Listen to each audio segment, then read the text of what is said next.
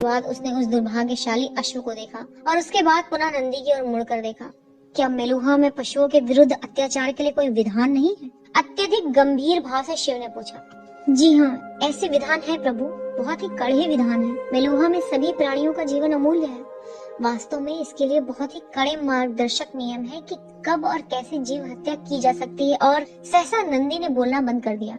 शिव के मजाक ने अंततः नंदी की व्यंग्योक्ति समझने की धीमी क्षमता में छिद्र कर ही दिया। शिव ने जोर से नंदी की पीठ पर थपकी मारी तो दोनों की हंसी एक साथ फूट पड़ी। शिव के सवारी वाले दल ने झेलम नदी की धारा का अनुगमन किया, जिसने गर्जना करने वाले शोर का दामन पुनः थाम लिया था जब वो निचले हिमालय की ओर चलने लगी थी। जब वो एक बार उस अत्यंत ही सुंदर मैदानी भाग में पहुंची तो उस हलचल करने वाली नदी ने शांत स्वरूप धारण कर लिया था और अत्यंत ही सुगमता से बहने लगी थी। वो इतनी सुगम हो चली थी कि इस दल के सदस्य एक यात्री जलयान से उसे पार कर वहतेशपुरम नामक नगर में पहुंच गए। उसके बाद से वो एक सड़क मार्ग से साम्राज्य के उत्तरी विस्तार के हृदय पंजाब के रास्ते से होते हुए पूर्व की दिशा में गए। पंजाब 5 नदियों वाला प्रांत था। ये नदियां थीं सिंधु, झेलम, चेनाब, रावी और ब्यास। 4 नदियों ने मिलकर आकांक्षा की कि वे उस सर्वश्रेष्ठ सिंधु का दामन थाम ले जो पश्चिम में सुदूर तक बहती चली गई थी। पंजाब के उस शानदार मैदानों पर घुमावदार यात्राओं के बाद वो इसमें असाधारण रूप से सफल रही थी। सिंधु ने भी उस विशाल समुद्र को आलिंगनबद्ध करते हुए अपना आराम और आवश्यक राहत प्राप्त कर लिया था। यद्यपि अभी भी समुद्र के अंतिम गंतव्य के रहस्य पर पर्दा डला हुआ था कि आखिरकार उसका विस्तार कहाँ तक था। ये राम क्या है? अपने केसरिया रंग के कपड़े की प्रत्येक इंच पर उस शब्द को देखने के बाद शिव ने जानना चाहा। शिव और नंदी के साथ 3 सैनिक एक निश्चित दूरी बनाकर उनके साथ चल रहे थे। वे इतनी दूरी पर चल रहे थे कि उनके मध्य होने वाली बातों को न सुन सके, किंतु वो दूरी इतनी निकट अवश्य थी कि यदि कोई आपात स्थिति आती तो तत्काल ही उनकी सुरक्षा में सक्षम हो सके। ये उनके मेलुहा के सेवा नियमावलियों के अनुरूप था। भगवान श्री राम वो सम्राट थे जिन्होंने हमारी जीवन शैली की स्थापना की थी प्रभु, नंदी ने उत्तर दिया। वे लगभग 1200 साल पहले हुए थे। उन्होंने हमारी सभी प्रकार की व्यवस्थाओं की स्थापना की, हमारे नियम, हमारी विचार पद्धतियों, सब की। उनका शासन रामराज्य या राम का शासन के नाम से जाना जाता था। अपने समस्त नागरिकों के लिए एक आदर्श जीवन की स्थापना के लिए कैसे एक साम्राज्य को प्रशासन करना चाहिए, उसके लिए रामराज्य शब्द एक स्वर्णिम मानक की तरह माना जाता है। मेलुहा अभी भी उन्हीं के सिद्धांतों पर आधारित होकर चल रहा है। जय श्री राम। वे अवश्य अद्भुत मानव रहे होंगे, क्योंकि उन्होंने इस धरती पर ही स्वर्ग की स्थापना कर दी है। शिव ने जब ऐसा कहा तो वो कदापि झूठ नहीं बोल रहा था। सचमुच में ही उसका मानना था कि यदि कहीं कोई स्वर्ग था तो वो मेलुहा से बहुत अधिक भिन्न नहीं होगा। ये साम्राज्य स्पष्ट रूप से संहिताबद्ध एवं न्याय संगत विधियों से शासित था। सम्राट सहित प्रत्येक नागरिक जिसके अधीनस्थ थे। साम्राज्य की जनसंख्या लगभग 80 लाख थी और बिना अपवाद के उस पूरी जनसंख्या के खाने पीने और रहने की उत्कृष्ट व्यवस्था थी। वे स्वस्थ और साधन संपन्न थे। लोगों का औसत ज्ञान असाधारण रूप से बहुत अधिक था। वे तनिक गंभीर किस्म के लोग थे, किंतु हमेशा ही विनम्र और सभ्य थे। ऐसा प्रतीत होता था कि वो एक त्रुटि रहित समाज था, जहाँ सबको अपनी भूमिका का पता था और वे अपनी भूमिका अच्छी तरह से निभा रहे थे। वे अपने कर्तव्यों के पालन में न केवल सचेत थे, बल्कि अत्यधिक ग्रस्त भी थे। एक साधारण सच से शिव का सामना हुआ। यदि समस्त समाज अपने कर्तव्यों के प्रति सचेत था, तो किसी को भी अपने अधिकार के लिए लड़ने झगड़ने की आवश्यकता ही नहीं थी। इस प्रकार प्रत्येक व्यक्ति के अधिकारों की रक्षा किसी और के कर्तव्यों के कारण अपने आप ही हो जाएगी। भगवान श्री राम सचमुच ही प्रतिभाशाली व्यक्ति थे। नंदी के उद्घोष के साथ शिव ने भी भगवान श्री राम के सम्मान में अपना स्वर मिलाया। जय श्री राम। सरकारी पारगमन स्थल पर अपने अश्वों को छोड़ने के बाद हरियुग या हरि के नगर के निकट उन्होंने रावी नदी को पार किया। रावी नदी को पार करने के बाद दूसरी ओर के पारगमन स्थल से प्राप्त नए अश्वों पर बैठकर शिव ने रुककर कुछ दूरी पर बसे हरियुग को प्रशंसा पूर्वक दृष्टि से देखा, जबकि उसके सैनिक उसकी छाया की दूरी पर प्रतीक्षारत रहे। हरियुग श्रीनगर की तुलना में बहुत बड़ा नगर था और बाहर से ही भव्य लग रहा था। शिव सचमुच ही उस शोभायमान नगर को निकट से देखने की इच्छा रखता था, किंतु इसका ये अर्थ होता कि देवगिरी की उनकी यात्रा में विलंब होता, अतः वापसी में देखने की इच्छा रख ली। हरियुग के बगल में ही शिव ने देखा कि एक निर्माण स्थल पर कार्य चल रहा है। एक नई वेदिका का निर्माण किया जा रहा था, क्योंकि हरियुग की जनसंख्या बढ़ गई थी और सभी लोगों के रहने के लिए जगह की कमी हो रही थी। ये लोग इतनी विशाल और शानदार वेदिका का निर्माण कैसे कर लेते हैं। शिव ने अपने मन में ये बात अंकित कर ली कि वापसी में वो इस निर्माण स्थल का भी भ्रमण करेगा। कुछ ही दूरी पर नदी पारगमन स्थल के अधिपति जट्टा नंदी से बात कर रहा, जो नए अश्व पर चढ़ने के लिए वेदिका पर चढ़ने के लिए तैयार हो रहा था। जतकगिरी से जाने वाले मार्ग से दूर रहें, जट्टा ने सलाह दी। कल रात उस मार्ग पर आतंकियों द्वारा हमला किया गया था। सभी ब्राह्मणों की हत्या कर दी गई और गांव को नष्ट कर दिया गया। जब तक कि राहत एवं युद्ध करने वाले सैनिक वहां पहुंच पाते, आतंकी भाग चुके थे। अग्निदेव की सौगंध, हम कब तक प्रतिकार करेंगे? हमें उनके साम्राज्य पर हमला कर देना चाहिए। प्रकट रूप से क्रोधित नंदी ने घुर्रा कर कहा, मैं भगवान इंद्र की प्रतिज्ञा लेकर कहता हूँ कि यदि मुझे इन चंद्रवंशी आतंकियों में से कोई भी मिला तो मैं उसके छोटे छोटे टुकड़े करके कुत्तों को खिला दूंगा। अपनी मुट्ठियां भींचते हुए जट्टा ने कहा, जट्टा, हम लोग सूरवंशियों के अनुयायी हैं। इस प्रकार की बर्बरतापूर्ण युद्ध की हम सोच भी नहीं सकते हैं। नंदी ने कहा, क्या वे आतंकी युद्ध के नियमों का पालन करते हैं जब वे हम पर हमला करते हैं? क्या बिना शस्त्र वाले लोगों की हत्या नहीं करते हैं? इसका ये अर्थ नहीं होता कि हम भी उनकी तरह ही व्यवहार करें अधिपति। हम मेलुहा वासी हैं। नंदी ने सिर हिलाते हुए कहा। इस बार जट्टा ने नंदी का प्रतिकार नहीं किया। कुछ दूरी पर प्रतीक्षारत शिव को देखकर उसका ध्यान उनकी ओर चला गया। उसने पूछा, क्या वो आपके साथ है? हाँ। उसने जाति वर्ग संबंधी बाजूबंद नहीं पहन रखा है। क्या वो नया अप्रवासी है? हाँ। शिव के बारे में प्रश्नों के उत्तर देने में असहज होते हुए नंदी ने उत्तर दिया। और आप लोग देवगिरी जा रहे हैं? शिव के गले की ओर गहरी दृष्टि से देखते हुए संदेहात्मक जट्टा ने पूछा। मैंने श्रीनगर से आती हुई कुछ अफवाहें सुनी है। नंदी ने अचानक ही जट्टा की बात को बीच में काटते हुए कहा, हमारी सहायता करने के लिए धन्यवाद अधिपति जट्टा। इससे पहले कि जट्टा अपने संदेह के समाधान पर कोई कार्यवाही करता, नंदी शीघ्रता से वेदिका पर चढ़कर घोड़े पर चढ़ बैठा और शिव की ओर चल पड़ा। उनके पास शीघ्रता से पहुंचकर उसने कहा, हमें निकल लेना चाहिए प्रभु। शिव उसकी बात नहीं सुन रहा था। वो एक बार फिर हैरान था, क्योंकि उसने देखा कि वो गर्वीला अधिपति जट्टा अपने घुटनों पर था। वो अपने दोनों हाथ जोड़कर आदर पूर्वक नमस्ते की मुद्रा में शिव को अपलक देख रहा था। ऐसा लग रहा था जैसे वो कुछ बुदबुदा कर कह रहा हो। उतनी दूरी से शिव को पता नहीं चल पा रहा था कि उसने क्या कहा था, किंतु ऐसा प्रतीत हो रहा था कि वो रो रहा था। उसने अपना सिर हिलाया और फिर फुसफुसाया, क्यों? हमें चलना चाहिए प्रभु, थोड़े तेज स्वर में नंदी ने दोहराया। शिव उसकी ओर मुड़ा। उसने सहमति में सिर हिलाया और एड़ लगाकर उसने अपने अश्व को आगे बढ़ाया। उस सीधी सड़क पर चलते शिव ने बाईं ओर देखा कि नंदी अपने दिलेर घोड़े को उकसाते हुए उसके साथ साथ चल रहा था। उसने पीछे मुड़कर देखा तो उसे आश्चर्य नहीं हुआ कि उसके तीनों अंगरक्षक पूर्व की भांति बिल्कुल उतनी ही दूरी पर घुड़सवारी करते हुए पीछे चल रहे थे। वे बहुत निकट भी नहीं थे और उतनी दूर भी नहीं थे। उसने एक बार फिर नंदी की ओर देखा तो महसूस किया कि उसने जो आभूषण पहन रखे थे वे केवल सजावट के लिए नहीं थे। उसने अपने दाहिने चौड़े हाथ पर 2 बाजूबंद पहन रखे थे। पहले बाजूबंद पर प्रतीकात्मक लकीरें बनी हुई थी, जिसके बारे में शिव को कुछ अता पता नहीं था। दूसरे पर पशु का चित्र उकेरा हुआ था, संभवतः बैल का। उसके सीने की एक जंजीर में सूर्याकार झूमर लटका हुआ था, जिससे किरणें बाहर की ओर निकल रही थी। दूसरा झूमर भूरे रंग का था। वो एक दीर्घ वृत्ताकार बीज जैसे आकार की कोई वस्तु थी, जिसमें सब और छोटे छोटे दांत बने हुए थे। क्या तुम अपने आभूषणों के महत्व के बारे में बता सकते हो या ये भी गोपनीय है? शिव ने शरारत से कहा। निसंदेह बता सकता हूँ प्रभु, नंदी ने गंभीरता से कहा। उसने अपने विशाल हाथ में रेशम के धागे से बंधे हुए पहले बाजूबंद की ओर संकेत किया और कहा, ये बाजूबंद मेरी जाति का प्रतिनिधित्व करता है। इसके ऊपर जो लकीरें बनी हुई है वे परमपिता परमात्मा के कंधे के प्रतीक है। इसका अर्थ है कि मैं क्षत्रिय हूँ। मुझे विश्वास है कि अन्य जातियों के बारे में भी अवश्य ही संहिताबद्ध स्पष्ट निर्देश होंगे। आपने बिल्कुल सही कहा प्रभु, आप आपवादिक रूप से बुद्धिमान हैं। नहीं, ऐसा नहीं है। तुम लोग आपवादिक रूप से पूर्व में ही अनुमान लगाने योग्य हो। नंदी मुस्कुराया तो शिव ने पूछा, तो वे क्या है? वे क्या है प्रभु? ब्राह्मण, वैश्य और शूद्र के प्रतीक। बनाई गई लकीरें यदि परमात्मा के सिर का प्रतिनिधित्व करती हैं, तो इसका अर्थ है कि पहनने वाला ब्राह्मण है।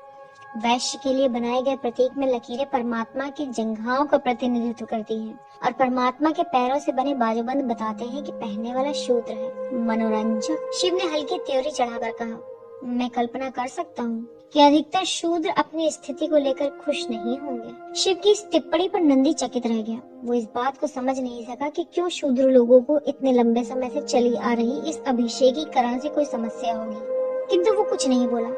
क्योंकि वो प्रभु की असहमति पर भयभीत था। और वो दूसरा बाजूबंद? शिव ने पूछा। ये दूसरा बाजूबंद मेरे द्वारा चयन किए गए जाति वर्ग का प्रतीक है। सभी चयनित जाति वर्ग के लोग वे काम करते हैं जो चरित्र के योग्य होते हैं। अपने माता पिता की सलाह पर प्रत्येक मेलुहावासी एक चयनित जाति वर्ग के लिए आवेदन करते हैं जब वे 25 साल के हो जाते हैं। ब्राह्मण पक्षियों के एवं क्षत्रिय पशुओं के चयन का आवेदन करते हैं। वैश्यों को फूल प्रदान किए जाते हैं, जबकि शूद्र अनावश्यक रूप से मछलियों में से चयन करते हैं। निमित्तन समिति अत्यधिक कठिन प्रक्रियाओं के आधार पर चयनित जाति वर्ग का निमित्तन करती है। आपको उन चयनित जाति वर्ग के लिए आवश्यक रूप से योग्य होना पड़ता है और वो आपके लक्ष्य एवं दक्षता का प्रतिनिधित्व करता है। यदि आप ऐसे जाति वर्ग का चयन करते हैं जो बहुत अधिक अपेक्षा करता है और यदि आप उसके कार्य उस जाति वर्ग के मानक तक नहीं हो पाते हैं तो वो आपको जीवन भर लज्जित करता रहता है। यदि आप नीचे की श्रेणी के जाति वर्ग का चयन करते हैं तो आप अपनी दक्षता के साथ न्याय नहीं करते। मेरा चयनित जाति वर्ग बैल है। उसी पशु का प्रतिनिधित्व ये बाजूबंद करता है। बुरा न मानो तो क्या तुम बता सकते हो कि क्षत्रिय के इस चयनित जाति वर्ग में बैल का क्या स्तर होता है? ये उतना उचित नहीं है जितना कि सिंह, बाघ या फिर हाथी, किंतु ये चूहा या सुअर जैसा निम्न भी नहीं है। वैसे जहाँ तक मेरा मानना है कि बैल किसी सिंह या हाथी को परास्त कर सकता है। शिव मुस्कुराया। और वो तुम्हारी जंजीर पर लटके हुए झूमर के बारे में तुम्हारा क्या कहना है? ये भूरा दाना अंतिम महादेव भगवान रुद्र का प्रतिनिधित्व करता है। ये जीवन के संरक्षण एवं पुनर्जनन का प्रतीक है। यहाँ तक कि दिव्य अस्त्र भी ऐसे जीवन को नष्ट नहीं कर सकते जिन्हें ये सुरक्षा देते हैं। और ये सूर्य, हे प्रभु, ये सूर्य इस बात का द्योतक है कि मैं सूर्यवंशी राजाओं का अनुयायी हूँ, ऐसे राजाओं का जो सूर्य के वंशज हैं। क्या सूर्य धरती पर आए और किसी रानी को शक की शिव ने छेड़खानी की? निसंदेह हरगिज नहीं प्रभु, नंदी ने हंसते हुए कहा। इसका केवल इतना ही अर्थ होता है कि हम सूर्य पांचांग का अनुसरण करते हैं, इसलिए आप ऐसा कह सकते हैं कि हम लोग सूर्य के मार्ग के अनुयायी हैं। व्यवहारिक दृष्टिकोण से ये इस बात का द्योतक है कि हम लोग शक्तिशाली और अडिग हैं। हम अपने दिए हुए वचनों का सम्मान करते हैं और उनका पालन करने के लिए प्राण भी दे सकते हैं। हम कभी भी विधियों का उल्लंघन नहीं करते हैं। जो सम्माननीय नहीं होते हैं हम उनके साथ भी सम्मानीय तरीके से व्यवहार करते हैं। सूर्य की तरह ही हम कभी किसी से कुछ नहीं लेते बल्कि दूसरों को देते हैं। हम अपने कर्तव्यों का पालन अपनी सचेतनता में करते हैं ताकि हम उन्हें कभी भी भुला ना सकें। सूर्यवंशी होने का ये भी अर्थ है कि हम हमेशा साधना करते हैं कि हम ईमानदार रहें, बहादुर रहें और सबसे बड़ी बात कि हम सच के प्रति निष्ठावान रहें। बड़ा ही कठिन प्रतीत होता है। मेरा ऐसा मानना है कि भगवान श्री राम एक सूर्यवंशी राजा थे। अवश्य, निस्संदेह, नंदी ने उत्तर दिया। उसका सीना गर्व से फूल गया। उसने फिर कहा, वे सूर्यवंशी राजा थे। जय श्री राम, जय श्री राम, शिव ने भी दोहराया। नंदी और शिव ब्यास नदी को नाव से पार कर रहे थे। उनके सैनिक बाद वाली दूसरी नाव से नदी पार करने की प्रतीक्षा कर रहे थे। ब्यास वो अंतिम नदी थी जिसे पार करना था और उसके बाद देवगिरी जाने वाला मार्ग सीधा देवगिरी तक जाता था। बीती रात्रि को हुई बेमौसम बरसात के कारण पारगमन स्थल के अधिपति द्वारा नदी पार करना न निलंबित किया जाने वाला था, किंतु प्रातः मौसम के अपेक्षाकृत खुल जाने के कारण अधिपति ने सेवाओं को पूर्व की भांति संचालित करने का निर्णय लिया था।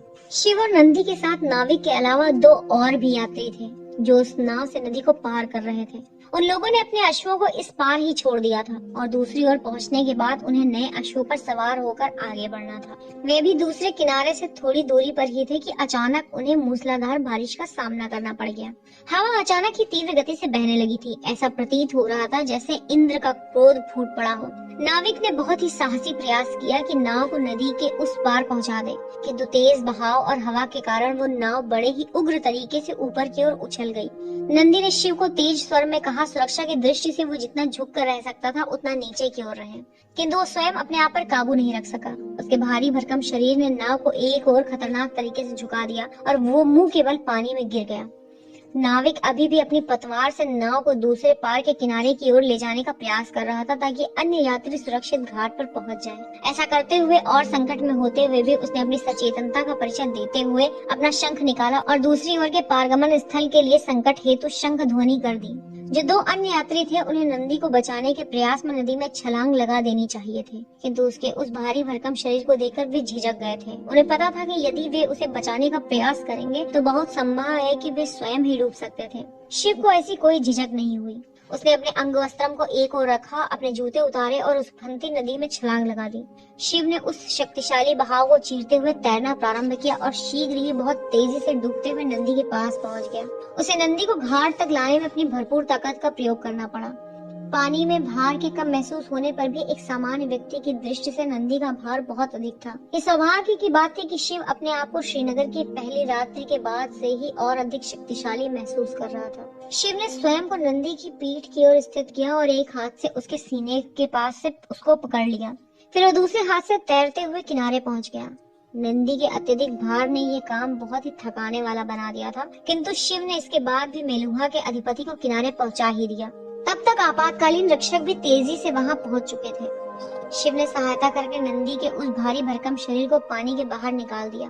नंदी अचेत था। उसके बाद आपातकालीन रक्षकों ने एक विचित्र प्रक्रिया प्रारंभ की। 5 की गिनती के साथ एक बहुत ही लयबद्ध तरीके से एक रक्षक ने नंदी के सीने को बार बार दबाना प्रारंभ कर दिया। जब वो अपना काम बंद करता तो एक अन्य आपातकालीन रक्षक अपने होठों से नंदी के होंठ ढकता और पूरी जोर से उसके मुंह में हवा भरता था और इसके बाद वे इस प्रक्रिया को बार बार दोहराते चले जा रहे थे। शिव को कुछ भी समझ नहीं आ रहा था कि आखिर वे क्या कर रहे थे, किंतु उसे मेलुहा के स्वास्थ्य कार्मिकों के ज्ञान और उनकी निष्ठा पर पूरा भरोसा था। कई चिंतित क्षणों के बीत जाने के बाद नंदी ने अचानक ही खांसने के साथ साथ अत्यधिक मात्रा में पानी की उल्टी कर दी और चकित होता हुआ चेतना में आया। पहले तो कुछ देर उसे कुछ समझ नहीं आया कि वो कहाँ था और उसे क्या हुआ था, किंतु शीघ्र ही उसे परिस्थिति की समझ हुई तो वो तेजी से शिव की ओर मुड़ा और चिचियाने वाले स्वर में कहा, प्रभु आपने मुझे बचाने के लिए छलांग क्यों लगाई? आपका जीवन बहुत मूल्यवान है, आप मेरे लिए उसे जोखिम में कभी न डाले प्रभु। आश्चर्यचकित शिव ने नंदी की पीठ को सहारा दिया और फुसफुसा कर बोला, तुम्हें आराम की आवश्यकता है मेरे दोस्त। शिव से सहमत स्वास्थ्य कार्मिकों ने नंदी को रोगी वहन करने वाली खाट पर लिटाया और विश्राम घर में लेकर चले गए, जो पारगमन आवास के साथ ही संलग्न था। 2 अन्य यात्री जो वहाँ थे वे बड़ी ही उत्सुकता से शिव को देख रहे थे। उन्हें पता था कि वो मोटा आदमी अपेक्षाकृत वरिष्ठ सूर्यवंशी सैनिक था, जैसा कि उसके बाजूबंद से प्रतीत हो रहा था। फिर भी वो इस श्वेत जाति चिन्ह विहीन व्यक्ति को अपना प्रभु कह रहा था। खैर, जो सबसे महत्वपूर्ण बात थी वो ये थी कि उस सैनिक की जान बच गई थी। जब शिव ने स्वास्थ्य कर्मियों का अनुसरण विश्राम घर की ओर किया तो वे भी अपने रास्ते चले गए। अध्याय 3, वो उनके जीवन में प्रवेश करती है। नंदी अर्ध चेतनता की अवस्था में कई घंटों तक पड़ा रहा, जबकि वैद्यों द्वारा दी गई औषधियां उसके शरीर पर असर करने लगी थी। शिव उसके बगल में बैठा लगातार भीगे कपड़े को उसके माथे पर डालता जा रहा था ताकि उसका ज्वर नियंत्रण में रहे। नंदी सुसुप्तावस्था में ही बड़बड़ाता जा रहा था और बार बार इधर से उधर करवट लेता जा रहा था, जिसके कारण शिव का कार्य और कठिन होता जाता था। मैं ढूंढता रहा हूँ बहुत समय से, बहुत ही लंबे समय से, 100 साल से। कभी नहीं सोचा था कि मैं प्रभु नीलकंठ को पा सकूंगा। जय श्री राम। शिव नंदी की बड़बड़ाहट को अनसुना कर देना चाहता था, क्योंकि वो उसके ज्वर को नियंत्रण में रखने पर ध्यान केंद्रित करना चाहता था, किंतु उसके कान द्वारा सुनी गई एक बात अटक सी गई थी। ये 100 साल से ढूंढ रहा है। शिव की त्योरियां चढ़ गई। ये ज्वर इस बेवकूफ के दिमाग को भी प्रभावित कर रहा है। ये तो 20 साल से एक दिन भी बड़ा नहीं दिखाई देता है। मैं 100 सालों से ढूंढ रहा हूँ, मैंने पाया नीलकंठ। नंदी अचेतनता में निरंतर बोलता जा रहा था। शिव एक क्षण के लिए रुका और उसने बहुत ही गहराई से नंदी को घूरा। उसके बाद उसने असहमति में सिर हिलाते हुए अपनी परिचर्या जारी रखी। ब्यास नदी के साथ साथ बने हुए खड़ंजेदार संकेताक्षरों वाले मार्ग पर शिव लगभग 1 घंटे से घूम रहा था। शीघ्रता से भले चंगे हो रहे नंदी की सलाह के विपरीत वो विश्राम गृह से अकेले ही उस क्षेत्र को देखने की ललक में निकल पड़ा था। हालांकि नंदी अब खतरे से बाहर था, फिर भी उन्हें कुछ दिनों और रुकना पड़ा था ताकि अधिपति में इतनी शक्ति हो जाए कि वो आगे की यात्रा आराम से कर सके। शिव के लिए विश्राम गृह में करने को कुछ अधिक नहीं था, इसलिए उसे वहां अच्छा नहीं महसूस हो रहा था। 3 सैनिकों ने छाया की तरह उसके साथ रहने का प्रयास किया, किंतु उसने क्रोधित होकर उन्हें चलता कर दिया। कृपा करके आप लोग लीच की तरह मुझसे चिपकना छोड़ेंगे। ब्यास नदी के विनम्र जाल के संगीत में स्रोत वाले स्वर शिव को सुखद प्रतीत हो रहे थे। शीतल मंद बयार उसके घने बाल के जूड़े से छिड़खानी कर रहे थे। उसने अपने म्यान की मूठ पर अपना हाथ रखा, जबकि उसका मन बार बार उसी एक प्रश्न से युद्धरत था। क्या नंदी सच में ही 100 साल से अधिक की आयु वाला है? किंतु ये तो असंभव है। और वो क्या काम है जिसके कारण ये विक्षिप्त मेलुहावासी मुझसे सहायता चाहते हैं? और उस पवित्र झील की सौगंध, ऐसा क्यों है कि ये उल्लू का पट्टा, मेरा गला अभी तक इतना ठंडा क्यों महसूस हो रहा है। अपने विचारों में खोया हुआ शिव कब सड़क से दूर एक खुले प्रांगण में आ चुका था उसे पता ही नहीं था। उसके सामने उसी को निहारता हुआ एक अत्यंत ही सुंदर भवन उसके सामने खड़ा हुआ था। उसने इससे सुंदर भवन अपने जीवन में अब तक नहीं देखा था। वो पूरा का पूरा मकान सफेद और गुलाबी रंग के संगमरमर से बना हुआ था। एक ऊंची वेदिका पर जाने के लिए बहुत ही शोभायमान सीढ़ियां बनी हुई थी। उस वेदिका के समस्त परिधि में अति सुंदर सजावट देते हुए स्तंभ लगे हुए थे। उस मकान की अलंकारित छत पर एक विशाल त्रिकोणीय मीनार ऊंचाई में उठा हुआ था, जैसे ईश्वर को विशाल नमस्ते किया जा रहा हो। उस संरचना के समस्त उपलब्ध स्थलों पर विस्तृत ढंग से विभिन्न प्रकार की शिल्प कलाओं की नक्काशियां की हुई थी। शिव ने मेलुहा में बहुत दिन बिता लिए थे और जो भी मकान उसने देखे थे वे कार्य साधक एवं प्रभावशाली लगे थे, जबकि ये मकान वास्तव में आश्चर्यजनक रूप से तड़क भड़क वाला और आलीशान था। उसके प्रवेश द्वार पर संकेत सूचक पट लगा हुआ था जिस पर लिखा था भगवान ब्रह्मा का मंदिर। ऐसा प्रतीत होता था कि मेलुहा वासी धार्मिक स्थलों के लिए अपनी रचनात्मकता बचा कर रखते थे। आंगन के खुले क्षेत्र में फेरी वालों और खोमचे वालों की एक छोटी सी भीड़ इकट्ठी थी। कुछ फल बेच रहे थे और दूसरे अन्य खान पान की वस्तुएं। कुछ ऐसे भी थे जो विभिन्न प्रकार की पूजा की सामग्रियों का मिश्रण बेच रहे थे। एक ऐसी भी दुकान थी जहां उपासक अथवा पूजा करने वाले लोग अपने जूते चप्पल आदि मंदिर में प्रवेश से पूर्व उतार कर रख रहे थे। शिव ने भी अपने जूते वहां उतार दिए और मंदिर के ऊपर की ओर चला गया। मुख्य मंदिर में प्रवेश करने पर उसने विभिन्न प्रकार की बनावटों एवं वास्तु विद्याओं को गहराई से देखना प्रारंभ किया तो उन अत्यंत ही वैभवपूर्ण स्थापत्य और वास्तुकलाओं को देखकर आश्चर्यचकित रह गया। आप यहाँ क्या कर रहे हैं? शिव ने मुड़कर देखा तो एक पंडित को अपनी ओर प्रश्न सूचक दृष्टि से गौर से देखते हुए पाया। उसका झुर्रीदार चेहरा उसकी धारा की तरह प्रवाहित होती दाढ़ी से छल कर रहा था और चांदी से चमकते उसके घने बाल उससे तुलनीय थे। केसरिया रंग की धोती एवं अंगवस्त्रम पहने हुए उसके शांत एवं विनम्र मुख से ऐसा प्रतीत हो रहा था जैसे उसने निर्माण प्राप्त कर लिया हो, किंतु पृथ्वी पर रहने का निश्चय किया हो ताकि अपने दैवीय कर्तव्यों का निर्वहन कर सके। शिव ने महसूस किया कि वो पंडित ही वास्तव में एक पहला ऐसा वृद्ध व्यक्ति था जिसे उसने अब तक मेलुहा में देखा था। मुझे क्षमा कीजिए, क्या मुझे अंदर आने की अनुमति नहीं है? शिव ने विनम्रता से पूछा। निसंदेह आपको यहाँ आने की अनुमति है। ईश्वर के घर में सबको आने की अनुमति है। शिव मुस्कुराया और इससे पहले कि वो कुछ बोल पाता पंडित ने पुनः प्रश्न किया, किंतु आप तो ईश्वर में आस्था नहीं रखते। शिव की मुस्कुराहट जितनी शीघ्रता से आई थी उतनी शीघ्रता से छीन हो गई। कमाल है, इसको कैसे पता? पंडित ने शिव को आंखों में ही उत्तर दे दिया। इस पूजा स्थल में जो कोई भी प्रवेश करता है वो परमपिता ब्रह्मा की मूर्ति के दर्शन करता है। इस स्थापत्य की वैभवता और उसमें लगे प्रयास को इनमें से लगभग ना के बराबर ही लोग देखते हैं, जबकि आपके पास केवल स्थापत्य कला को देखने वाली ही आंखें हैं। आपने ईश्वर की मूर्ति की ओर एक बार झांका तक नहीं है। शिव ने झेपते हुए एक खेदपूर्ण भाव से कहा, आपने सही अनुमान लगाया। मैं प्रतीकात्मक ईश्वर में आस्था नहीं रखता। मेरा मानना है कि असली ईश्वर हमारे आसपास हर जगह निवास करते हैं। नदी के बहाव में, पेड़ों की लहराहट में, हवा की सरसराहट में वो हमेशा हमसे बातें करते रहते हैं। आवश्यकता इस बात की है कि हम उनकी बातें सुन सकें। फिर भी यदि मैंने आपके ईश्वर को उचित सम्मान नहीं देने का अपराध किया है तो मुझे इस बात के लिए खेद है। आपको खेद जताने की कोई आवश्यकता नहीं है मित्र। वो पंडित मुस्कुराया। मेरा ईश्वर या तुम्हारा ईश्वर ऐसा कुछ भी नहीं होता। सभी प्रकार की ईश्वरीयता एक ही स्रोत से आती है, मात्र उसके अवतार अलग अलग होते हैं। किंतु मेरा मन कहता है कि एक दिन आपको एक ऐसा मंदिर अवश्य मिलेगा जिसमें आपका प्रवेश मात्र पूजा अर्चना के लिए होगा, न कि उसकी सुंदरता निहारने के लिए। क्या सच में? वो कौन सा मंदिर होगा? आप उसे पालोगे मित्र जब आप उसके लिए तैयार हो जाओगे। ये मेलुहा वासी ऐसी अनोखी पहेली वाली भाषा में ही क्यों बोलते हैं? शिव ने विनम्रता में सहमति में सिर हिलाया। उसके भाव ऐसे थे जैसे कि वो उस पंडित की बात को सच में ही सराह रहा था, जबकि वास्तविकता ये नहीं थी। उसने सोचा कि उसे शीघ्र ही उस मंदिर से निकल जाना चाहिए, इससे पूर्व कि उसका यह स्वागत अनावश्यक रूप से लंबा खिंच जाए। विश्राम गृह जाने का समय हो गया है पंडित जी, किंतु मैं मेरे प्रारब्ध वाले मंदिर को पाने की प्रतीक्षा बहुत बेसब्री से करूंगा। आपसे मिलकर मुझे बड़ी खुशी हुई। शिव ने झुककर पंडित के पांव छूते हुए कहा। पंडित ने शिव के सिर पर हाथ रखते हुए धीरे से कहा, जय गुरु विश्वामित्र, जय गुरु वशिष्ठ। शिव उठ खड़ा हुआ, मुड़ा और तेजी से सीढ़ियों से नीचे उतर गया।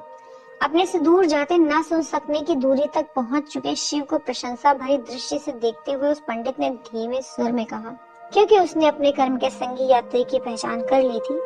खुशी तो मुझे हुई है मेरे कर्म संगी। शिव जूते की दुकान पर गया। उसने अपने जूते पहने और इस सेवा के लिए एक सिक्का देने लगा तो जूते रखने वाले ने विनम्रता से सिक्का लेने से मना कर दिया। धन्यवाद श्रीमान, किंतु ये एक सेवा है जो मेलुहा के शासन की ओर से है, इसके लिए कोई कीमत नहीं ली जाती है। शिव मुस्कुराया और बोला, निसंदेह आप लोगों के पास हर चीज के लिए व्यवस्था है, धन्यवाद। वो जूते रखने वाला भी मुस्कुराया और बोला, हम लोग केवल अपने कर्तव्य का पालन कर रहे हैं श्रीमान। शिव मंदिर की सीढ़ियों की ओर पुनः चल कर गया। बैठते हुए उसने गहरी सांस ली और उस प्रशांत वातावरण की प्रशांतता को अपने अंतर्मन में मिश्रित होने दिया। और उसके बाद वो घटित हुआ जिस क्षण वैसा अप्राप्त हृदय उसकी कामना करता है। वो न भूल पाने योग्य पल जिसके लिए एक आत्मा अपने पूर्व जीवन की विशुद्ध याद की कामना करता है। दूसरे ये कि ईश्वरों के षड्यंत्र के बावजूद मात्र कुछ ही भाग्यशाली व्यक्ति इसका अनुभव कर पाते हैं। वो पल जब वो उसके जीवन में प्रवेश करती है। घोड़ों को दक्षता से चलाते हुए वो एक रथ पर सवार होकर उस आंगन में आई, जबकि उसकी साथी जंगले की छड़ को उसके बगल में पकड़े हुए खड़ी थी। यद्यपि उसके काले बाल जूड़े में शालीनता से बंधे थे, तथापि कुछ दृष्ट लटे वायु के थपेड़ों से मंत्रमुग्ध करने वाला कथक नृत्य कर रही थी। उसकी भेदनीय चुंबकीय नीली आंखें और कांस्य कलाकृति सी त्वचा देवियों को ईर्ष्या हेतु आमंत्रण देने वाली थी। उसका बदन यद्यपि गंभीरता पूर्वक लंबे अंगवस्त्रम से ढका हुआ था, उसके बाद भी वो शिव की कल्पना को ज्वलंत कर गया कि उसके नीचे छुपा हुआ आलेख और सौंदर्य कैसा होगा। जब उसने अत्यंत ही दक्षता से पैतरेबाजी करके रथ को वाहन पड़ाव में खड़ा किया तो उसका त्रुटि रहित मुख ध्यान केंद्र का चित्रण था। वो पूर्ण रूप से आत्मविश्वास से भरी रथ से उतरी। ये प्रशांत आत्मविश्वास था जिसने अहंकार की ओर चलने वाली कुरूप दूरी नहीं चली थी। उसका चलना मर्यादित था, जो देखने वाले को सीधे तौर पर बता रहा था कि वो विलग्न थी किंतु शीतल नहीं। शिव ने उसे इस प्रकार घूरकर देखा जैसे कि बरसात करने वाले बादलों को मरुस्थलीय भूमि देखती रहती है। मुझ पर दया करो हे देवी, मेरा अब भी मानना है कि अपने शेष अनुगामियों को छोड़कर इस प्रकार अलग घूमना बुद्धिमानी नहीं है, उसके सहयात्री ने कहा। उसने उत्तर दिया, कृतिका, क्योंकि यदि दूसरों को विधि व्यवस्था के बारे में नहीं पता है तो इसका ये अर्थ नहीं होता कि हम भी उसकी उपेक्षा कर सकते हैं। भगवान राम ने स्पष्ट रूप से कहा था कि एक पवित्र स्त्री को वर्ष में एक बार अवश्य भगवान ब्रह्मा के दर्शन करने चाहिए। मैं उस विधि का उल्लंघन नहीं करूंगी, चाहे अंगरक्षकों को इससे कितनी भी असुविधा क्यों न हो। उस स्त्री ने इस बात पर गौर कर लिया था कि जब वो शिव के बगल से गुजर रही थी तो शिव उसे घूर रहा था। उसकी सुकुमार भौहें आश्चर्य और झुंझलाहट भरे गुस्से में वृत्ताकार होकर ऊपर की ओर उठ गईं। शिव ने अपना पूरा बल लगाकर अपनी दृष्टि उससे हटाने की चेष्टा की, किंतु उसने महसूस किया कि उसकी आंखें अब भी उसके नियंत्रण में नहीं थी। वो ऊपर चढ़ती चली गई और कृतिका उसके पीछे थी। मंदिर के सबसे ऊपर की सीढ़ी पर पहुंचने के बाद वो मुड़ी तो उसने देखा कि वो बिना जाति सूचक चिन्ह वाला अप्रवासी अभी भी उसे निर्लज्ज की भांति घूर रहा था। मुख्य मंदिर की ओर चलने के लिए मुड़ने से पूर्व उसने कृतिका से कहा, ये असभ्य अप्रवासी, इन बर्बर लोगों में से जैसे सचमुच ही कोई हमारा आरक्षक मिल पाएगा। जब वो शिव की दृष्टि से पूरी तरह ओझल हो गई, उसके बाद ही शिव अपने शासन नियंत्रित करने का प्रयास करते दिखा। जब वो बड़े प्रयत्न से अपनी वाग्मिता को संकलित करने का प्रयास कर रहा था, तभी पूरी तरह से आच्छादित और सहायता रहित उसके मन ने एक बहुत ही स्पष्ट निर्णय ले लिया था। अब वो किसी भी दशा में उस मंदिर को छोड़कर जाने वाला नहीं था, जब तक कि उसे दोबारा नहीं देख लेगा। वो उन सीढ़ियों पर पुनः बैठ गया। जब उसकी सांसें और दिल की धड़कन सामान्य हो गई, तो अंततः वो अपने आसपास के परिवेश का अवलोकन करने लगा, जो उस स्त्री की उस हाल की उपस्थिति से प्रतिष्ठित हो चुका था। उसने बाईं ओर उस मार्ग को पुनः देखा जहाँ से वो मुड़कर आई थी। वो पीपल के पेड़ के निकट खड़े खीरा बेचने वाले के पास से गुजरी थी। अकस्मात ही उस खीरा बेचने वाले ने आवाज लगाना बंद क्यों कर दिया था? वो केवल मंदिर की ओर टकटकी लगाकर घूरता हुआ प्रतीत हो रहा है। चाहे कुछ भी हो, इसे मेरा क्या लेना देना है। उसने रथ के आने वाले मार्ग का अनुकरण किया जहाँ से वो बाईं ओर मुड़ा था, जो उस प्रांगण में फव्वारे के पास था। उसके बाद उसने दाईं ओर एक तीव्र मोड़ लिया था, जहाँ उस बाग के प्रवेश द्वार पर एक गड़रिया खड़ा हुआ था। आश्चर्य है, इस गड़रिये की भीड़ें कहाँ थी? शिव उस मार्ग को देखता चला गया जहाँ से वो रथ वाहन पड़ाव तक गया था। शिव उस मार्ग को देखता चला गया जहाँ से वो रथ वाहन पड़ाव तक गया था। रथ के बगल में एक दूसरा व्यक्ति भी खड़ा था, जो अभी अभी मंदिर के प्रांगण में घुसा था, किंतु उसके मंदिर में प्रवेश का कोई स्पष्टीकरण नहीं दिख रहा था। वो व्यक्ति गड़रिये की ओर मुड़ा और उसने हल्के से सिर हिलाया। इससे पूर्व कि शिव इन समस्त प्रकार की सूचनाओं का आकलन कर पाता, उसे पुनः उस स्त्री की उपस्थिति का आभास हुआ, जिसके लिए वो प्रतीक्षारत था। वो तत्काल ही पीछे मुड़ा और उसने देखा कि वो सीढ़ियां उतरकर चली आ रही थी। कृतिका शांत होकर उससे थोड़ा पीछे चल रही थी। उस स्त्री ने देखा कि वो असभ्य बिना जाति चिन्ह वाला स्पष्ट रूप से विदेशी व्यक्ति अभी भी उसे घूर रहा था। वो उसके पास चलती हुई गई और उसने दृढ़ किंतु विनम्र स्वर में पूछा, क्षमा कीजिए, क्या आपको कोई समस्या है? नहीं नहीं, कोई समस्या नहीं है। मुझे ऐसा लग रहा है कि आपको मैंने पहले कहीं देखा है। घबराए हुए शिव ने उत्तर दिया। उस स्त्री की समझ में नहीं आया कि वो इस पर अपनी क्या प्रतिक्रिया दे। ये स्पष्ट रूप से एक सफेद झूठ था, किंतु इसके पीछे जो स्वर था वो वास्तव में बहुत ही गंभीर प्रतीत हुआ था। इससे पहले कि वो कुछ कह पाती, कृतिका ने अशिष्टता से बीच में ही कहा, यही आपका सबसे अच्छा वाक्य है जो आप बोल सकते हैं? शिव इसके उत्तर में कुछ बोलने ही वाला था कि खीरा बेचने वाले की शीघ्रता से की गई गतिविधि ने उसे सचेत कर दिया। शिव ने मुड़कर देखा तो उसने अपना दुशाला फेंककर अपनी तलवार बाहर निकाल ली थी। उधर उस गड़रिये और रथ के पास खड़े व्यक्ति ने भी अपनी अपनी तलवारें खींचकर परंपरागत युद्ध की शैली अपना ली थी। शिव ने अपनी तलवार निकाल ली और उसने अपने हाथ को रक्षात्मक रूप में फैलाया ताकि वो अपनी आसक्ति वाली वस्तु को अपने पीछे संरक्षण में रख सके, किंतु वो बड़ी ही कुशलता पूर्वक उसके संरक्षात्मक हाथ से बगल में निकल आई। उसने अपने अंगवस्त्रम की परतों में टटोला और उसने अपनी तलवार निकाल ली। शिव ने उसकी ओर एक पल देखा। आश्चर्यचकित होकर उसने शीघ्रता से और सराहना में एक छोटी सी मुस्कान चमकाई। उस स्त्री की आंखों में एक चमक उभरी जिसमें असंभावित किंतु अनपेक्षित साझेदारी की स्वीकृति थी। उसने अपनी सांस भीतर रखते हुए फुसफुसाकर कृतिका से कहा, तुम मंदिर में वापस भाग जाओ, वहीं रहो जब तक ये समाप्त नहीं हो जाता। कृतिका ने विरोध किया, किंतु देवी अभी, उसने आज्ञा दी। कृतिका मुड़ी और मंदिर की सीढ़ियों की ओर भागती चली गई। शिव और वो स्त्री एक दूसरे की पीठ के पीछे मानकीय सुरक्षात्मक साझेदारी की शैली में खड़े हो गए। उन्होंने आक्रमण की दशा में प्रत्येक दिशा पर अपनी दृष्टि रखने की स्थिति बना ली थी। वे तीनों आक्रमणकारी आक्रमण के उद्देश्य से उनकी ओर बढ़े। इस मध्य इन तीनों के दो और साथी पेड़ों के पीछे से निकलकर उनके साथ हो गए। शिव ने सुरक्षात्मक शैली में तलवार को उठाया क्योंकि वो गरुड़िया उसके काफी निकट आ चुका था। एक और चलते हुए गरुड़ियों को आक्रमण करने के लिए उकसाने के लिए शिव ने अपनी तलवार नीचे कर दी। गरुड़ियों को ऐसा प्रतीत होना चाहिए था कि वो आक्रमण करे तो वो शिव को प्राणघातक घाव लगा सकता था, और उसके बदले में शिव तुरंत अपनी तलवार को उठाकर ऐसा आक्रमण करता कि घाव गहराई से उसके हृदय को चीर कर रख देता। इसके बावजूद उस गरुड़िये ने अनपेक्षित रूप से कोई अन्य गतिविधि कर दी। शिव द्वारा दी गई खुली जगह के आमंत्रण के बजाय उसने शिव के कंधे पर आक्रमण करने का प्रयास किया।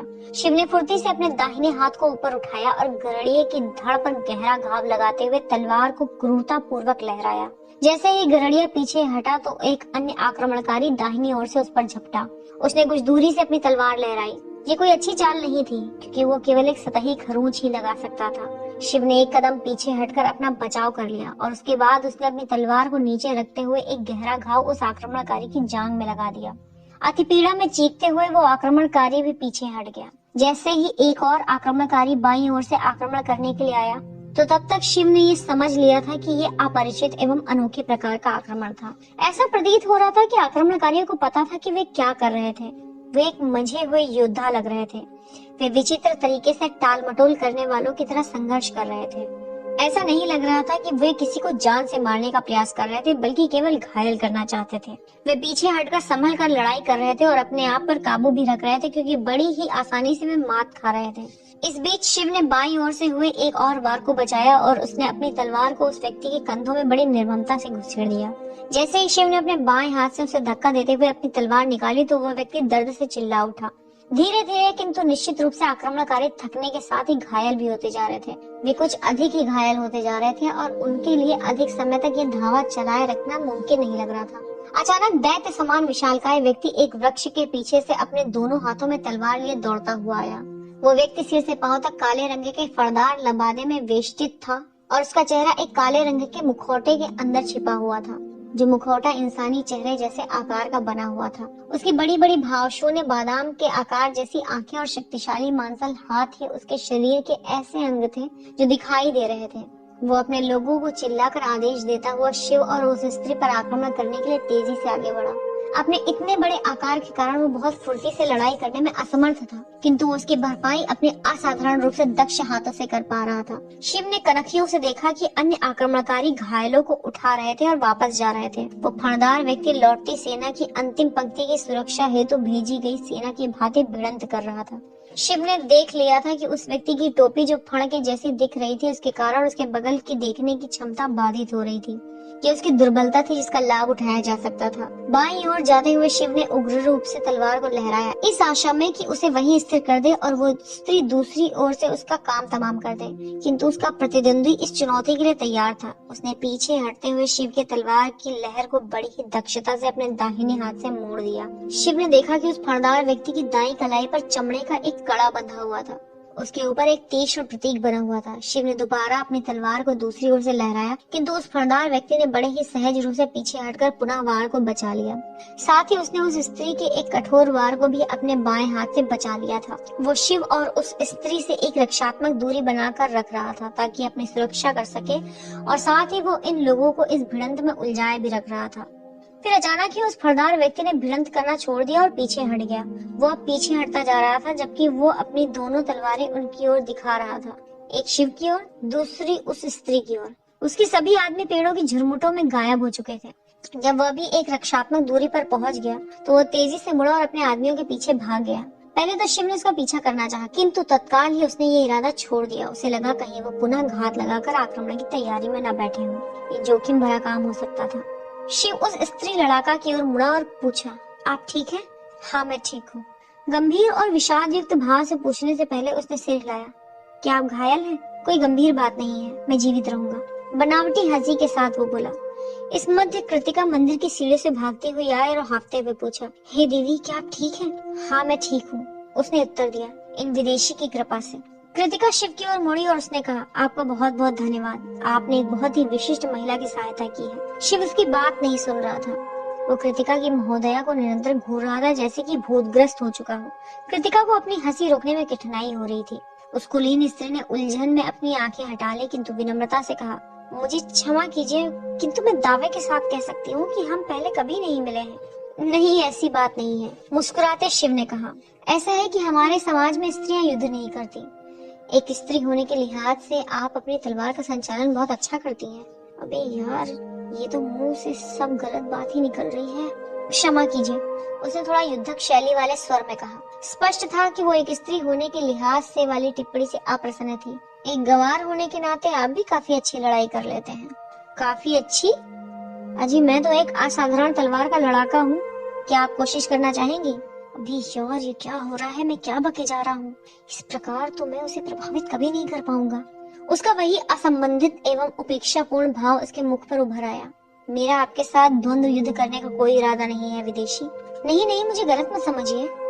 मेरा भी आपसे द्वंद्व युद्ध करने का कोई इरादा नहीं है। मैं तो बस इतना कहना चाह रहा था कि मैं तलवार से युद्ध करने में काफी माहिर हूँ।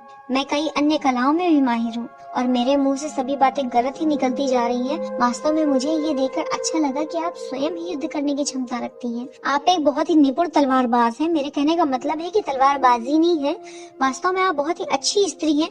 मुंह ही मुंह में बड़बड़ाते हुए शिव ने कहा। वो उस समय निर्णय लेने का अपना विवेक खो चुका था जब उसे इसकी सबसे अधिक आवश्यकता थी। कृतिका इस बढ़ते हुए याचना भरे आकर्षक संवाद विनिमय पर सिर झुकाकर मुस्कुरा रही थी। हालांकि उसकी महोदया इसके विपरीत उस विदेशी को इस प्रकार के अनुपयुक्त शब्दावली के लिए प्रताड़ना देना चाहती थी, किंतु उसने उसके प्राण की रक्षा की थी। वो अपने मेलुहा के व्यवहार की विधि से बंधी हुई थी। उसने कहा, सहायता करने के लिए आपका धन्यवाद है विदेशी।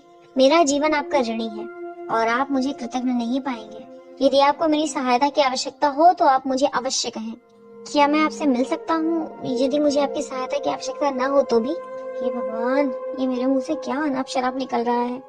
उस स्त्री ने बिना जाति सूचक चिन्ह वाले विदेशी को आंखें तरेर कर देखा, जिसे उसकी औकात का पता नहीं था।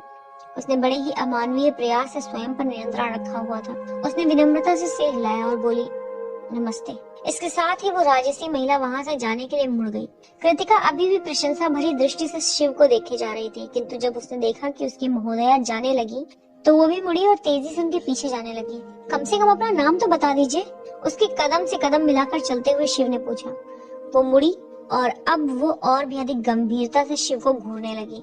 देखिए, मेरे कहने का तात्पर्य यह है कि यदि मुझे आपकी सहायता की आवश्यकता पड़े तो मैं आपके पास कैसे आ पाऊंगा? शिव ने गंभीरता से पूछा। एक पल के लिए वो शब्दविहीन और दीप्ति विहीन हो गई। उसका अनुरोध उचित जान पड़ रहा था। वो कृतिका की ओर मुड़ी और उसने सिर हिलाया। आप हमें देवगिरी में मिल सकते हैं, कृतिका ने उत्तर दिया। नगर में किसी से भी देवी सती के लिए पूछ सकते हैं। सती। शिव ने उस निराकार नाम को अपनी जिह्वा पर उतार कर दोहराया और कहा, मेरा नाम शिव है। नमस्ते शिव, और मैं वचन देती हूँ कि यदि आपको कभी भी मेरी सहायता की आवश्यकता पड़ती है तो मैं अपने वचन का पालन करूंगी। ये कहते हुए वो मुड़ी और अपने रथ में सवार हो गई। कृतिका भी उसके साथ पीछे पीछे रथ में सवार हो गई। कुशलता से रथ को मोड़ते हुए वो अश्वों को दुल्की चाल में चलाने लगी। उसके बाद वो बिना पीछे मुड़े ही उस मंदिर के प्रांगण से बाहर निकल गई। शिव उस अदृश्य होते रथ की छवि को देर तक देखता रहा।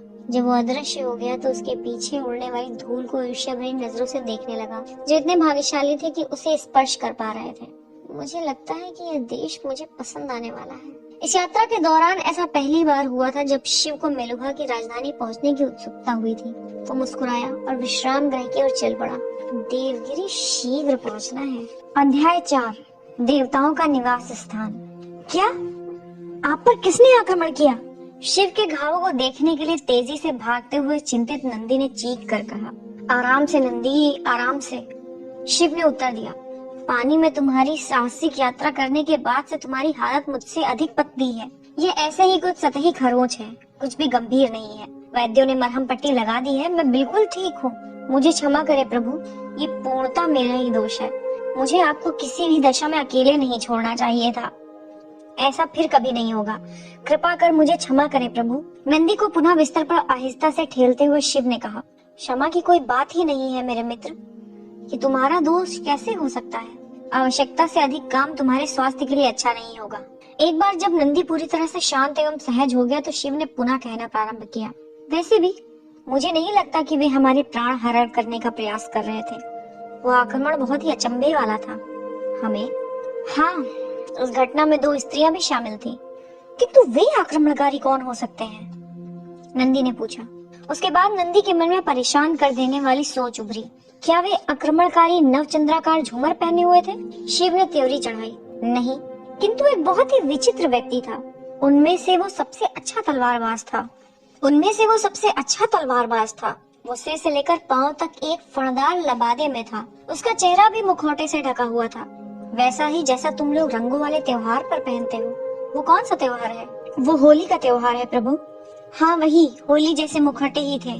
जो भी हो, मैं केवल उसके हाथ और उसकी आंखें ही देख पा रहा था। उसे भिन्न करने वाला लक्षण उसका एक चमड़े का कड़ा था जिस पर एक विचित्र प्रतीक चिन्ह बना हुआ था। वो कौन सा प्रतीक चिन्ह था प्रभु? ताड़पत्र की पुस्तक को उठाकर बगल की मेज पर से कोयले की पतली लेखनी से शिव ने उस प्रतीक चिन्ह को बनाया। ओम। नंदी ने त्योरी चढ़ा ली। ये तो एक प्राचीन प्रतीक चिन्ह है जिसे लोग ओम शब्द के लिए प्रयोग में लाते हैं, किंतु कौन लोग हो सकते हैं जो इस प्रतीक चिन्ह का अप्रयोग कर सकते हैं?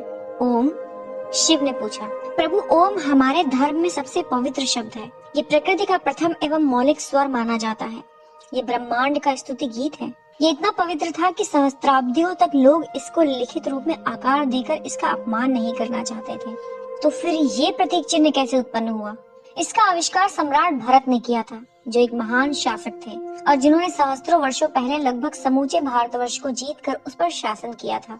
वे एक विरले चंद्रवंशी थे जो सम्मान योग्य थे, और यहाँ तक कि उन्होंने चंद्रवंशी राजकुमारी से विवाह भी किया था ताकि सूर्यवंशियों और चंद्रवंशियों के मध्य अनवरत चलने वाले युद्ध को समाप्त किया जा सके। ये चंद्रवंशी कौन लोग हैं? प्रभु, इसे इस प्रकार जानिए कि वे हमारे विलोम हैं। वे उन राजाओं के अनुयायी हैं जो चंद्रमा के वंशज हैं, और वे चंद्र संबंधी पांचांग का अनुसरण करते हैं।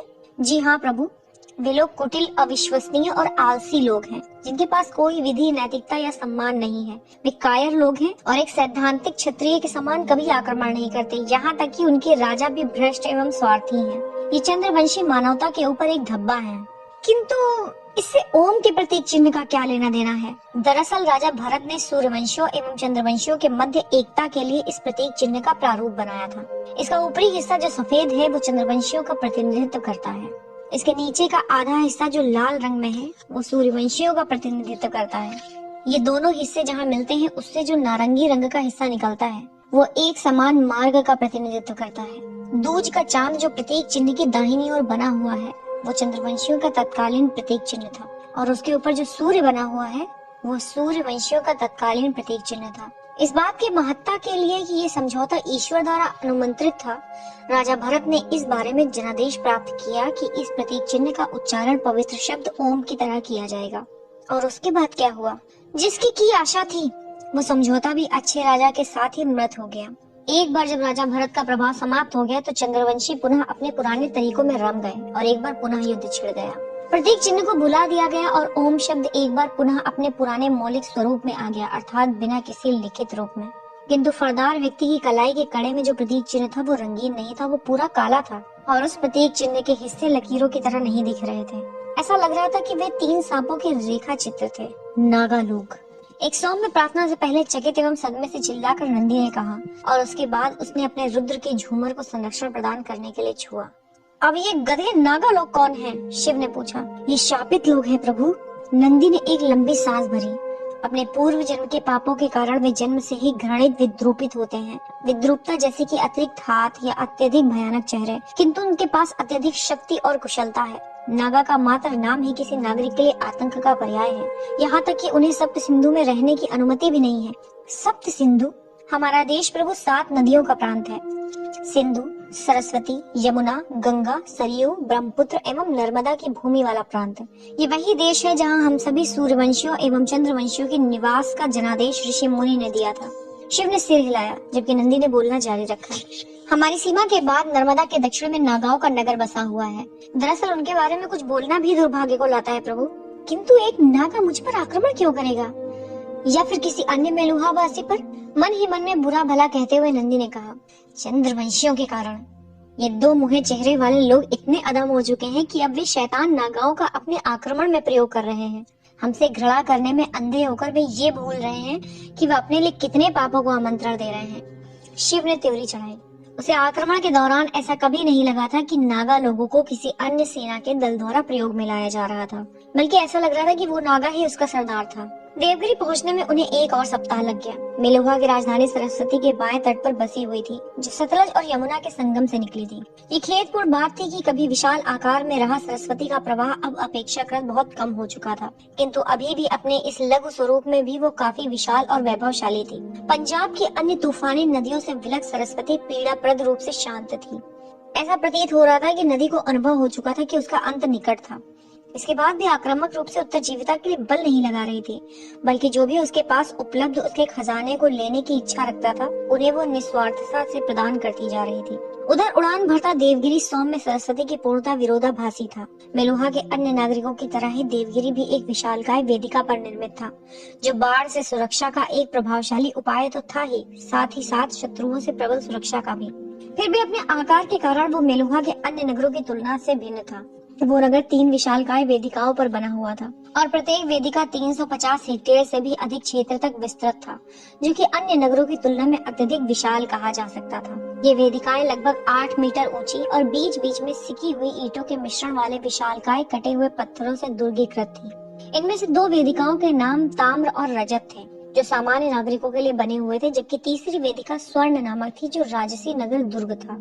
ये वेदिकाएं एक दूसरे से ऊंची पुलों से जुड़े हुए थे, जो सिकी हुई ईंटों एवं पत्थरों से बनी हुई थी और जो नीचे के बाढ़ग्रस्त मैदानी क्षेत्रों के ऊपर बने हुए थे।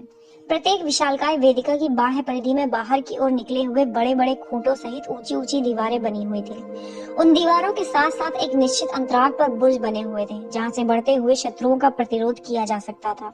यह आश्चर्यजनक दृश्य शिव की कल्पनाओं से भी अद्भुत था। उसके विचार में ऐसे नगर का निर्माण वास्तव में मानव जाति की अनुपम उपलब्धियों में से एक था। शिव की सवारी ताम्र वेदिका के आर पार खूंटों के मैदान से होते हुए कलदार पुल पर चढ़ी। उस कलदार पुल को नीचे की ओर से धातु की छड़ों से सुदृढ़ बनाया गया था और खुरदरी सिकी हुई ईंटों को ऊपर लगाया गया था, ताकि घोड़े और रथ फिसले नहीं। समस्त साम्राज्य में लगाई गई उन ईंटों के बारे में कुछ ऐसा था जो शिव में कौतूहल उत्पन्न कर रहा था। नंदी की ओर मुड़कर उसने पूछा, क्या ये ईंटें किसी मानकीय प्रक्रिया के अनुसार बनाई जाती हैं? जी हाँ प्रभु, चकित नंदी ने उत्तर दिया। मेलुहा में समस्त ईंटें साम्राज्य के मुख्य वास्तुविद द्वारा दिए गए विनिर्देशों एवं दिशा निर्देशों के अनुसार ही बनाई जाती हैं। किंतु आपने कैसे अनुमान लगाया? ये सभी वास्तव में एक ही परिमाप के हैं। नंदी अपने साम्राज्य की प्रभाविता पर और अपने प्रभु के अवलोकन की क्षमता पर गर्व से दमकने लगा। कलदार पुल के अंत में वेदिका और ऊंची हो गई और एक सड़क घुमावदार तरीके से एक सौम्य मोड़ के साथ शिखर तक चली गई थी। जो घोड़ों एवं रथों के चलने के लिए सुगम हो गई थी। इसके अतिरिक्त एक चौड़ी सीढ़ियों की ढालदार उड़ान सीधे ऊपर की ओर पैदल चलने वाले यात्रियों की सुविधा के लिए बनी थी। इस ढाल के चारों ओर नगरीय दीवारें एवं वेदिका के संलग्न भाग अत्यधिक ढाल वाले थे, ताकि यदि शत्रु उधर से आक्रमण करने की मूर्खता करे तो ये उसके लिए मृत्यु की घाटी बन जाए। नगर के द्वार धातु के बने हुए थे, जिसे शिव ने इससे पहले कभी नहीं देखा था। नंदी ने इसके बारे में बताया था कि वे लोहे के बने हुए थे, जो एक नया धातु था और अभी कुछ समय पहले ही उसकी खोज हुई थी। वो धातुओं में सबसे अधिक शक्तिशाली था, किंतु बहुत महंगा था। उसके लिए अयस्क की आवश्यकता होती थी, वो आसानी से उपलब्ध नहीं थी। वेदिका के प्रवेश पर नगर के प्रवेश द्वार के ऊपर सूर्यवंशियों का प्रतीक चिन्ह उकेरा हुआ था।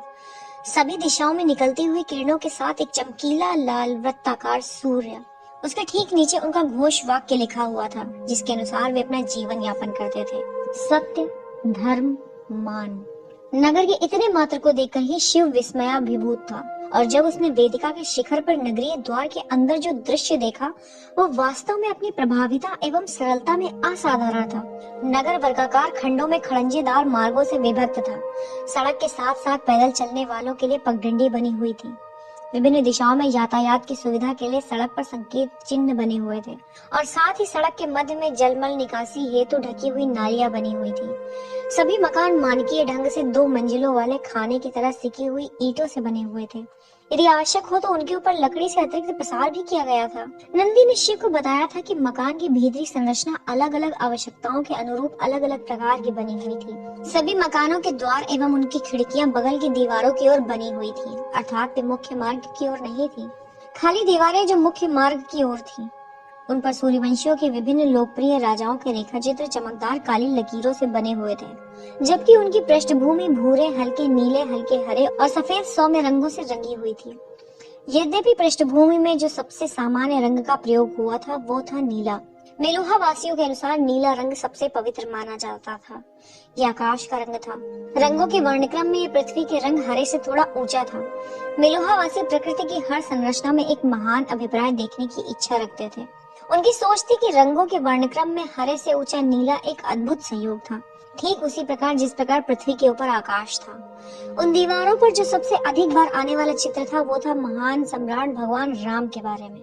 शत्रुओं पर उनकी विजय, उनके द्वारा चंद्रवंशियों को पराजित करना और उनकी शासन कला एवं पांडित्य की घटनाओं को प्रेम पूर्वक दर्शाया गया था। भगवान राम अत्यंत ही सम्मान योग्य थे और बहुत से मेलुहावासी उन्हें ईश्वर की तरह पूजते थे। वे उन्हें उस विष्णु की तरह उल्लेखित करते थे जो सर्वोत्तम ईश्वर के लिए एक पुरातन उपाधि थी, जिसका अर्थ था विश्व का संरक्षक एवं अच्छाई का प्रचारक। शिव ने उस नगर के बारे में नंदी से जाना कि वो नगर 4 से 8 खंडों वाले कई जनपदों में विभाजित था। प्रत्येक जनपद में अपना बाजार, व्यापारिक एवं आवासीय क्षेत्र, मंदिर एवं मनोरंजन केंद्र था। किसी भी वस्तु का उत्पादन अथवा प्रदूषण फैलाने वाली गतिविधियां उन जनपदों से दूर एक पृथक स्थल पर किए जाते थे। जिस कार्य कुशलता एवं सहजता से देवगिरी कार्य कर रहा था, वो इस तथ्य को मिथ्या प्रमाणित कर रहा था कि वो नगर में समस्त साम्राज्य में सबसे अधिक जनसंख्या वाला था। मात्र 2 वर्ष पूर्व की गई जनगणना में नगर की जनसंख्या 2 लाख बताई गई थी। नंदी शिव एवं उन 3 सैनिकों को नगर के एक विश्राम गृह में लेकर गया। नगर में पर्यटकों के लिए ऐसे कई विश्राम गृह थे जो व्यावसायिक एवं पर्यटन के इरादे से वहां आते थे। घोड़ों के रहने के लिए नियत स्थल पर उन्हें बांधने के बाद सभी लोग अपने अपने कमरे में जाने के लिए पंजीकरण हेतु अंदर प्रविष्ट हुए। विश्राम गृह की बनावट लगभग उसी प्रकार की थी जैसे कि शिव ने अपनी यात्रा के दौरान अन्य स्थलों पर भी देखी थी। केंद्रीय आंगन के चारों ओर भवन का निर्माण किया गया था। कमरे अच्छे खासे बड़े और सभी प्रकार के साज सामानों सहित बने थे। प्रभु, रात्रि भोजन का समय होने ही वाला है, नंदी ने कहा। मैं विश्रामालय के प्रभारी से जाकर कहता हूँ कि भोजन की व्यवस्था कर दें। हमें शीघ्रता से भोजन करके एक अच्छी नींद निकाल लेनी चाहिए, क्योंकि सम्राट से मिलने का समय कल द्वितीय प्रहर में नियत किया गया है। ये बहुत ही उत्तम विचार प्रतीत होता है। साथ ही यदि आप उचित समझे तो क्या मैं इन सैनिकों को विश्राम करने के लिए कह देता हूँ और फिर उन्हें श्रीनगर वापस भेज देता हूँ। ये भी बहुत ही उत्तम विचार प्रतीत होता है, मुस्कान के साथ शिव ने कहा। वाह, क्या बात है नंदी, तुम तो लगभग शानदार विचारों के झरने की तरह हो। शिव के साथ नंदी भी हंसा। वो हमेशा अपने प्रभु के मुख पर हंसी लाने का कारण बनने पर अत्यंत प्रसन्न था। मैं अभी वापस आता हूँ प्रभु। शिव अपने बिस्तर पर लेट गया और शीघ्र ही उन ख्यालों में खो गया जो उसके लिए मायने रखते थे। मैं सम्राट के साथ होने वाली भेंट को जितनी शीघ्रता से हो सके समाप्त कर दूंगा। उन्हें जो भी मुझसे चाहिए वो दे दूंगा और सती के लिए नगर को छान मारूंगा। शिव ने एक बार सती के ठिकाने के बारे में नंदी से पूछने का मन बना लिया था, किंतु अंततः उसने ऐसा न करने का निर्णय लिया। वो इस बात को जानता था कि पहली मुलाकात में वो उस पर कोई असाधारण प्रभाव नहीं छोड़ पाया था, अतः वो इस बात पर भी दुखी था। यदि उसने उसे ढूंढने के सरल उपाय नहीं बताए थे तो इसका मात्र इतना ही अर्थ था कि वो उससे अधिक द्रवित नहीं हुई थी। उसके बारे में असावधानी से यूं बात कर वो इस प्रकरण को और कठिन नहीं बनाना चाहता था। उसके मुख की याद बारंबार उसके आंखों के समक्ष आने पर वो मुस्कुराया। उसके युद्ध करने की अदा को याद कर उसने उसी प्रकार पुनः प्रदर्शन किया। उसके कबीले के अधिकतर लोगों के लिए ये अद्भुत दृश्य नहीं था, किंतु शिव के लिए ये स्वर्गीय था। उसके कोमल एवं सुकुमार बदन की याद पर उसने आह भरी जो आक्रमण हो जाने की दिशा में सहसा ही क्रूर एवं प्राणघातक गुणों का बन गया था। जब वो तलवार चलाने के लिए अपने बदन का भार एक ओर से दूसरी ओर ले जा रही थी तो उसके बदन का वक्र मंत्रमुग्ध कर देने वाला था, जो उसके बदन को एक अति सुंदर लचक प्रदान कर रहा था। सौम्य रूप से बंधे हुए उसके केश ऐन्द्रिक रूप से उसकी प्रत्येक गतिविधि पर हिल रहे थे। उसने एक गहरी सांस ली। आह, कितनी सुंदर स्त्री। वह प्रातः काल का समय था जब शिव और नंदी ने राजसी नगर दुर्ग पहुंचने के लिए ताम्र एवं स्वर्ण वेदिकाओं के मध्य निर्मित पुल को पार किया। वो पुल मेलुहा की अभियांत्रिकी का एक अन्य अचंभा था, जिसके दोनों ओर बगलों में चौड़ी चौड़ी दीवारें बनी हुई थी। उन दीवारों में छेद करके सुराग बनाए गए थे ताकि शत्रुओं पर तीर चलाए जा सके और गर्म तेल प्रवाहित किया जा सके। पुल के मध्य में उसको द्विभाजित करते हुए एक अंतिम सुरक्षा के रूप में विशालकाय द्वार निर्मित था, इस उद्देश्य से कि यदि कभी शत्रु पुल तक पहुंच जाए तो इससे एक अतिरिक्त सुरक्षा उपाय किया जा सके। जब वे स्वर्ण वेदिका पर पहुंचे तो शिव पूर्णतः अचंभित रह गया। उस राजसी क्षेत्र की भव्यता के लिए नहीं, बल्कि वैसा कुछ नहीं होने के कारण वो इस बात से स्तंभित रह गया कि वहाँ कोई समृद्धि की निशानी नहीं दिख रही थी। इतने विशालकाय एवं समृद्ध साम्राज्य पर शासन करने के बावजूद शासक वर्ग विशिष्ट रूप से सरल ढंग से रह रहे थे। राजसी संरचना भी ठीक उसी प्रकार की थी जैसी कि अन्य वेदिकाओं पर थी। अभिजात वर्ग के व्यक्तियों के लिए कोई रियायत नहीं थी। उसी प्रकार की खंडीय संरचना राजसी नगर दुर्ग में भी निर्मित थी, जैसे कि समस्त मेलुहा में बनी थी। दाईं ओर एकमात्र ऐसा एक अतुल्य भवन था जिस पर भव्य सार्वजनिक स्नान कुंड लिखा था। उस स्नान कुंड में बाईं ओर भगवान इंद्र का एक भव्य मंदिर भी था। सिकी हुई ईंटों की ऊंची की हुई नींव पर खड़ा वह मंदिर लकड़ी से निर्मित था, जिसका गुम्बद पूर्णतः स्वर्ण मंडित था। ऐसा प्रतीत हो रहा था कि विशिष्ट वास्तुकला को मात्र ईश्वर के लिए निर्मित भवनों या उन भवनों के लिए बचा कर रखा गया था जो सब लोगों के प्रयोग के लिए होते थे। संभवतः भगवान श्री राम ऐसा ही पसंद करते होंगे। शिव ने मन ही मन अनुमान लगाया। सम्राट को जो एकमात्र रियायत दी गई थी वो ये थी कि उनका भवन आम भवनों से बहुत बड़ा था, वस्तुतः बहुत ही विशाल। शिव और नंदी राजसी निजी कार्यालय में पहुंचे तो देखा कि सम्राट दक्ष साधारण रूप से सज्जित कमरे के दूसरी छोर पर एक साधारण सिंहासन पर एक स्त्री एवं एक पुरुष से घिरे हुए बैठे थे। एक औपचारिक नमस्ते के साथ अभिवादन करते हुए दक्ष ने कहा, मेरी आशा है कि आपकी यात्रा सुखद रही होगी। इतने बड़े साम्राज्य के सम्राट के तौर पर वे कुछ नवयुवक से दिख रहे थे। वैसे तो वो आकार में शिव से थोड़े छोटे थे, फिर भी उनके मध्य में जो सबसे बड़ा अंतर था वो था शरीर की मांसल सुडौलता। जबकि विभिन्न प्रकार की धारियों वाले कपड़े पहना हुआ शिव अत्यधिक शक्तिशाली दिख रहा था, वहीं दक्ष का शरीर बता रहा था कि उन्होंने अपने शरीर को कसरतों से तनावग्रस्त नहीं किया था। वे अधिक मोटे भी नहीं थे, बस एक सामान्य बनावट वाले थे। उनके गेहुए रंग के चेहरे के लिए भी यही कहा जा सकता था। औसत आकार, काली आंखें और सीधी नाक। उनके बाल लंबे थे, जैसे कि मेलुहावासी स्त्री एवं पुरुष सामान्यतः रखा करते थे। उनके सिर पर एक रत्न जड़ित भव्य ताज था, जिस पर मध्य में सूर्यवंशियों का प्रतीक चिन्ह स्पष्ट दिख रहा था और जो चमकदार मड़ियों के पत्थरों से बना हुआ था। एक अंगवस्त्रम था जो दाएं कंधे से नीचे की ओर लटक रहा था। उसके साथ एक सुंदर धोती और 2 बाजूबंद थे जो उनके दाएं हाथ में बंधे हुए थे। साथ ही बहुत अधिक मात्रा में प्रयोजन पूर्ण आभूषण दक्ष के औसत स्वरूप के पूरक थे। उनकी सबसे अलग कर देने वाली पहचान उसकी मुस्कान थी, जो उनकी दृढ़ निश्चय निर्दोषता को उनकी आंखों तक फैला रहा था। ऐसा प्रतीत हो रहा था कि सम्राट दक्ष अपने राज्याधिकार को सरलता पूर्वक वहन कर रहे थे। जी हाँ महाराज, शिव ने उत्तर दिया। आपके साम्राज्य में मूलभूत सुविधाएं अद्भुत हैं। आप एक असाधारण सम्राट हैं। धन्यवाद, किंतु मैं मात्र प्रतिबिंबित ख्याति का अधिकारी हूँ। कार्य तो मेरे लोगों ने किए हैं। ये तो आपकी विनम्रता है महाराज। विनम्रता से मुस्कुराते हुए दक्ष ने पूछा, क्या मैं अपने सबसे महत्वपूर्ण सहयोगियों से आपका परिचय करवा दूं? बिना उत्तर की प्रतीक्षा किए ही उन्होंने बाईं ओर उस स्त्री को इंगित करते हुए कहा, ये मेरी प्रधानमंत्री हैं, कनखला। ये सभी प्रशासनिक, राजस्व एवं न्यायाचार संबंधी मामलों को देखती हैं। कनखला ने शिव को एक औपचारिक नमस्ते किया। उसका सिर मुंडित था, सिवाय पीछे की ओर बालों के एक चिकने गांठ लगे हुए गुच्छे के। उसके बाएं कंधे से लटककर दाएं धड़ तक एक धागा लटका हुआ था, जिसे जनेऊ कहा जाता था।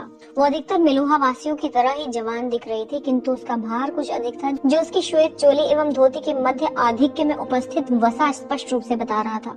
वो काली और अत्यधिक चिकने तन वाली थी और वो अपने देशवासियों की तरह ही आभूषण पहने हुए थी, जो दिखावा रहित एवं रूढ़िवादी थे। शिव ने देख लिया था कि कनखला की बाह के दूसरे बाजूबंद पर एक कबूतर बना हुआ था। ये ब्राह्मणों के मध्य बहुत अधिक प्रतिष्ठित जाति वर्ग नहीं था।